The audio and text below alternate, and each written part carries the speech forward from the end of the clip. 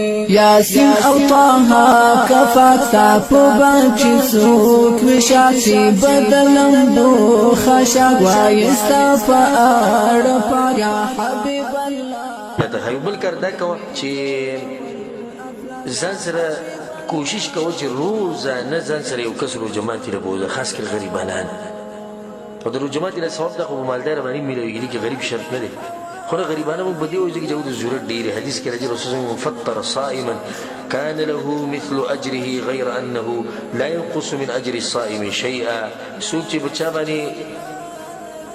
ځان سره بوزي او رو جماعت په وکي رسول الله صلی الله علیه وسلم وی لکه څنګه چې د روزتي ثواب او چې د روزه ماته کړه د سره ته ثواب دته ملوي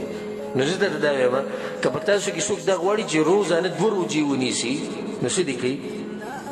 یو کله سره بوزه نو خلک به ډیر شروع جی ونیسي هغه ته به ډیر شروع جو ثواب ملوي ته د رسول ملوي شپې تو روزو او به چې سړی ودرې کې سم بوزي او به چې سړی طاقت او خیمه ولګي پکیلی کی زیر مقرر کی الله اکبر یا اعلان کی چې زمونږ په دې جمعات کې ورو جماعت نه چا طرف نه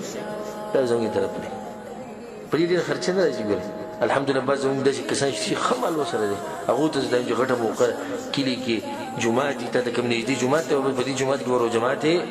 دې د خوراک دې ته کجوره دې ته د شینه زمونږ طرف نه راځي خاص کر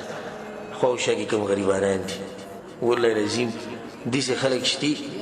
دې خلک مثلا شخصي دا واقعا را پیښه شوې ده چې موږ ته یو ماشومې ټلیفون وکړو چې لرې نه لږ پېژني زموږ کور کې هغو دا خبره وکړه بیا هغو ما ته خبره کوله